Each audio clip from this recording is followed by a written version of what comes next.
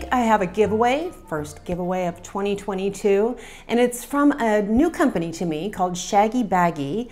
They make all kinds of different tote bags, in this case a knitting tote bag in St. Paul, Minnesota. The company is owned by a woman named Sharon, and Sharon got in touch with me and I got a look at her bags and I was like, Sharon, this is exactly the kind of knitting bag I want to use, that I like using. And it comes up all the time in the audio podcast, what's the best knitting bag?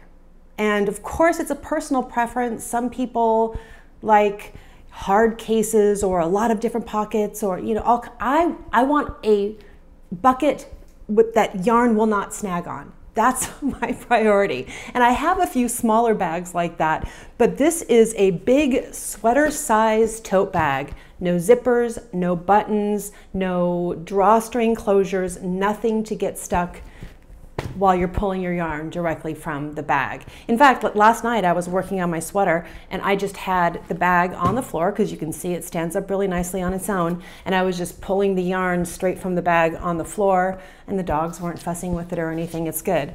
And well, we're digging into my bag now.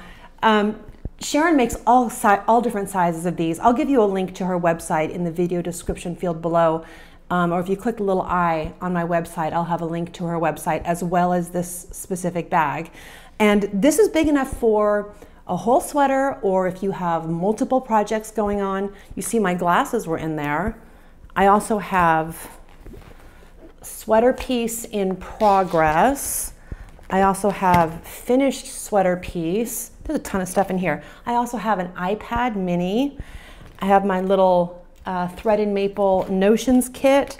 I have some hand moisturizer stuff, a tape measure, and the set of needles that I was using for the ribbing. I mean, all this stuff goes in here, no problem. I could even throw my socks in here if I wanted to. There's plenty of room.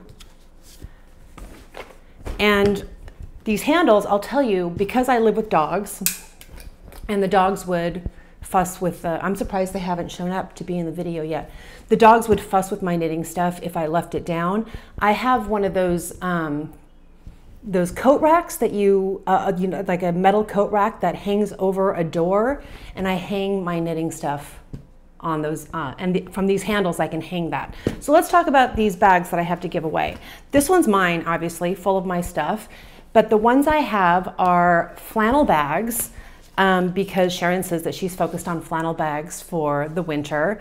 And this one has jute handles. If you're ordering one, you have a choice between jute handles or leather handles.